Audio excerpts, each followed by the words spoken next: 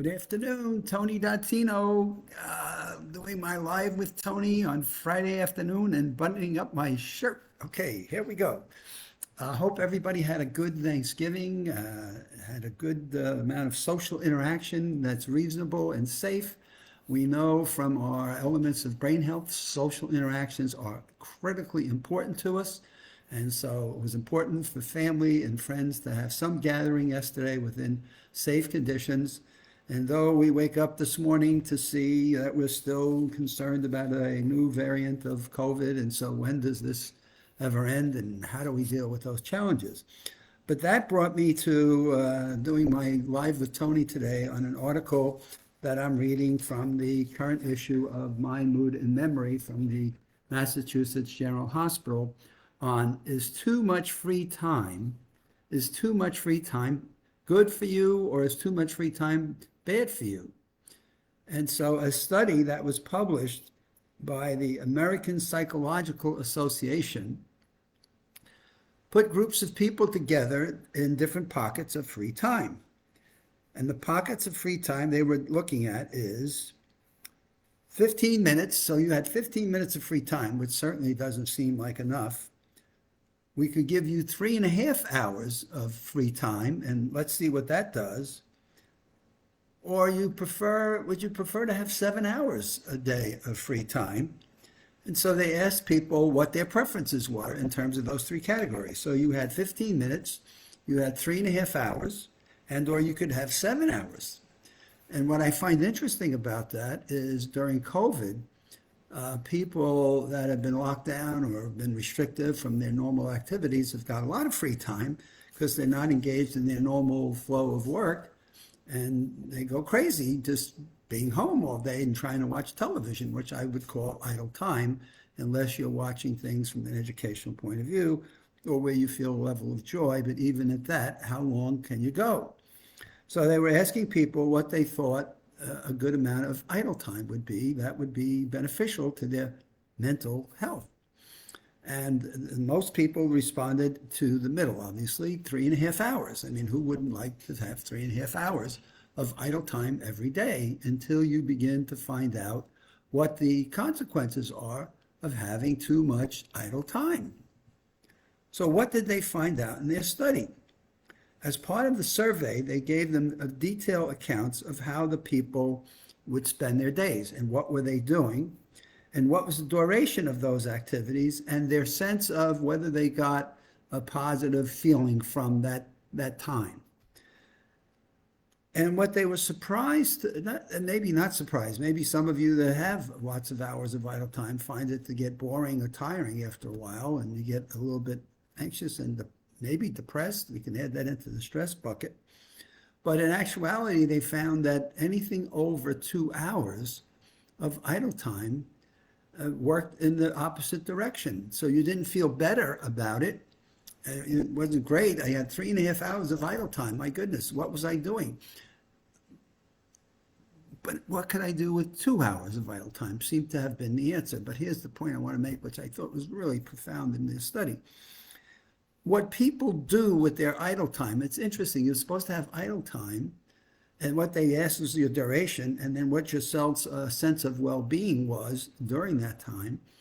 But what they found is that people want to have some purpose. They want to have the feel that they've accomplished something. They want to feel that their life had some meaning to it, and that just sitting and being idle or not having something that you feel is productive or is adding some value to someone, somewhere, or someplace, got people more stressed. Now, what we know and why that's important to me is what we know our emotional response to our mental health is vital. Whether we're excited, we have a sense of well-being, and that's a good thing for our elements of brain health. That's a good thing for our body's processing system, versus I'm just passing by and I'm checking my days off the calendar and nobody will miss me if I'm not here, which then swings to the other way, which becomes very depressive and very stress related. And what we do know is that continued level of stress is toxic to the whole body as well as to your brain. So how do you discriminate that and utilize your time proactively is where you see people, especially retirees, getting involved in community service activities. You see them getting involved to where they're contributing to something. They're being volunteers into some level of community support. And it could be with kids, it could be with adults, it could be with healthcare, it could be in community centers where you have learning. I've seen groups of people where they come in as seniors and share a skill that they've learned with students or with college grads, and they just share life lessons with them. And they leave feeling, my God, my life was worth something. I shared an experience in an educational situation I've had. I've shared it with other people.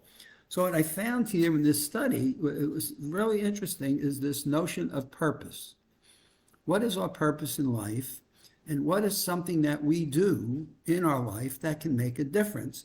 Has an impact on stress levels. So too much idle time, boost your stress levels. And we know from our memory work, the work we've done in researching memory, that stress is not a good thing unless it's positive stress. And I say positive in a way, there's a stress in your body, like stressing your muscles in a weightlifting program that helps to build, but even in stress of building muscle, you do that every other day. You don't stress your muscles every day, 7 days a week. You don't do that, because what the science has shown is your muscles are stressed when you're doing weightlifting of some sort, and they need at least an extra day of recovery that then allows you to go the next time and build it up. So even in the sense of positive stress, stressing our muscles, we need a break. So idle time is stressing your body, it's stressing your brain. And we need to have some time in between the idle and doing something that's beneficial to people, beneficial to your life, and saying, I have a reason to go. So when people talk to me about the USA Memory Championship, and I ask them, people ask me all the time, why do you continue to do this? It's a nonprofit making organization. In fact, I fund it through my consulting business. So we're working now with the Maximum Memory and some of the other programs and creating some dollars and monetizing. But when people ask me, why have I done this for 22 years? The answer is because I've seen the difference that is made on people's lives. I've seen the young kids that have gone off to do things that they never thought possible. One of my favorites is a senior citizen who just was kind of going through and started learning, going through life, and here it was, and socializing with a group of her friends that were just counting the days and saying, okay, what are we here for?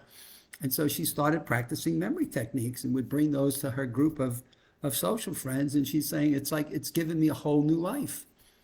I see people in their middle ages looking at changing careers that they want to change their career path. I've done this job, it's paid the bills, it's raised the kids, it's paid for college. Now I want to do something I want to enjoy and something that I have fun, something where I feel that I have a purpose of giving back to what I've learned.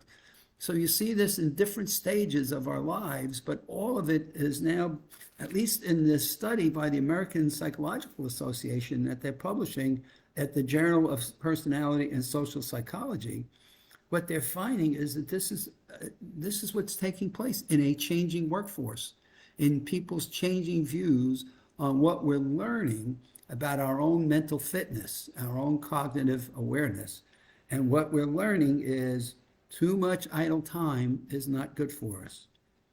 As part of the survey, the participants had detailed accounts, but after 2 hours or so of free time, the benefits stopped and you went the other way.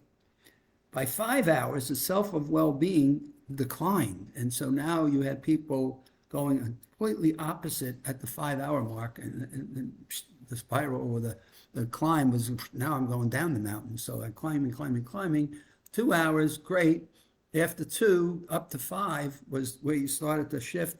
And after 5, you just accelerated the decline. So the notion of having 7 hours of idle time every day, I see my grandkids sometimes, they want to just sleep, okay? So they sleep through the day and they get up at 2 or 3 in the afternoon, and then it's like, okay, now what? So it's interesting in terms of how people are now doing studies they're doing studies that are basically saying too much free time in our lives, just don't do it. And I always remember this on an article on retirees. And this was sad, and this is the kind of stuff we need to know to impact people's lives. And the sad of this study was they discovered so many people who were retiring that think they were going to go into life now and just kind of sit around had shorter life expectancies, died sooner when they exceeded too much idle time. And you say, isn't this crazy? You're going to retire, right? We keep talking about retire. And then when we retire, it's like, well, what do I do with my day? Well, playing golf is good for some people, but mental stimulation is what's most important for people. Back to this research, and what it's saying is having a purpose, making a difference, creating some value in a community, in a society. So how many of us think we're going to retire and we're just going to sit around and watch TV or play golf or go walk around, that really need this oh God, the word excitement, the interest of making a difference. So here's the close. The researchers advise people to strive for a moderate amount of discretionary time.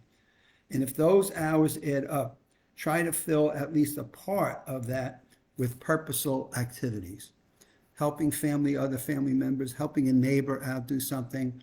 I've got a neighbor who just loves to help people in the neighborhood because he wants to be busy and he's retired, but loves helping people, and he keeps himself busy by helping others and just gets an enormous satisfaction from doing that. So that's my Friday Live with Tony video for you. I hope all of you have a wonderful weekend. There's a lot of action on basketball now and a lot of action on football games. So hopefully your teams are doing well and not leaving you stressed and anxious and not adding to the stress that you may have in your life. So just remember, stress in the positive way, where it helps build muscle, helps build strength in thinking and creativity, is a good thing. Stress that kind of makes you feel like the world of the shoulder, the weight of the world is on your shoulders and weights you down, is a bad thing. So how you monitor your stress levels and what you're doing is a crucial skill that we should all become more aware of, because the stress levels on the positive side help us to build strength and growth and better lives. The stresses that we have on the negative side, like thinking being idle is a good thing to relieve stress, actually swings the pendulum the other way after 2 to 3 hours and creates stress on the negative side. And we want to stop that, because those are the toxins that eventually permeate our body and our mental fitness and have negative impacts on our physical well-being as well as our mental well-being. So there's my recap for the week. Have a good weekend. We'll see you on Monday.